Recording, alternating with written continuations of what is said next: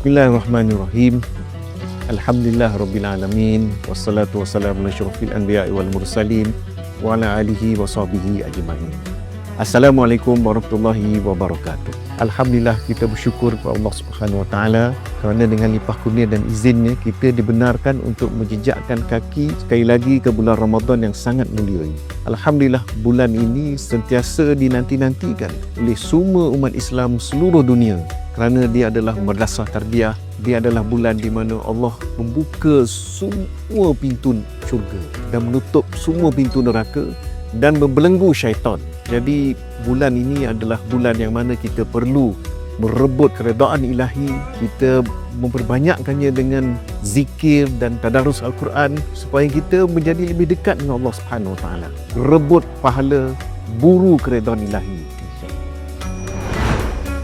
Assalamualaikum.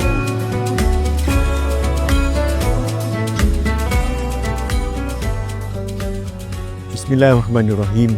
Ramadan adalah pesta ibadah. Segala amalan sunat dan fardu digandakan pahalanya. Ini adalah peluang keemasan kita untuk kita mendekatkan diri kita dengan Allah Subhanahu Wa Taala.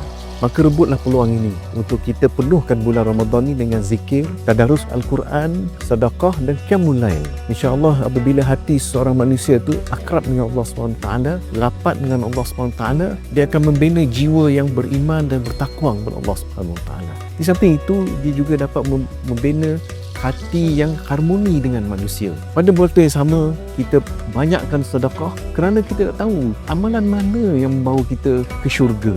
Jadi, bersihkan jiwa kita, rebutlah pahala.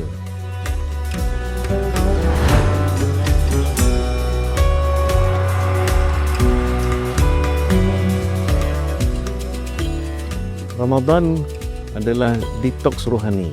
Kerana Ramadan mendidik jiwa kita untuk tunduk dan patuh kepada Allah Subhanahu Wa Taala. Apa yang kita lakukan hanyalah kerana Allah Subhanahu Wa Taala, dan ia membangunkan jiwa yang bergantung sepenuhnya kepada Allah Subhanahu Wa Taala. Jadi Ramadan ini adalah satu bulan yang mengajar kita untuk kita mendekatkan diri dengan Allah Subhanahu Wa Taala supaya hati kita ni sentiasa teringat, sentiasa merindui Allah Subhanahu Wa Taala.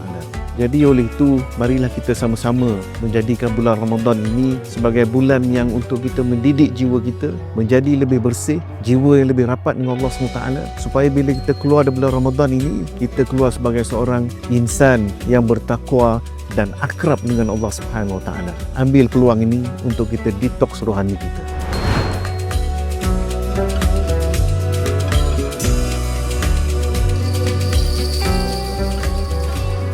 Jangan biarkan Ramadan ini berlalu tanpa ada kesan langsung kepada peribadi kita, kepada jiwa kita, kepada ketakwaan kita. Marilah kita sama-sama mengamalkan sabda Nabi SAW dalam sebuah hadis yang diriwayatkan oleh Bukhari dan Muslim. Man shoma Ramadan imanan wa ihtisaban ghufira lahu ma taqaddama min dzambi. Rawahu Bukhari dan Muslim. Sesiapa yang berpuasa Ramadan dengan penuh keimanan dan pengharapan, maka Allah akan ampunkan segala dosanya. Jadi tuan-tuan dan puan-puan, sekali lagi inilah masa keemasan kita untuk kita dapat bersama dengan Allah Subhanahu Wa Taala, untuk kita mencurahkan segala-galanya kerana Allah Subhanahu Wa Taala.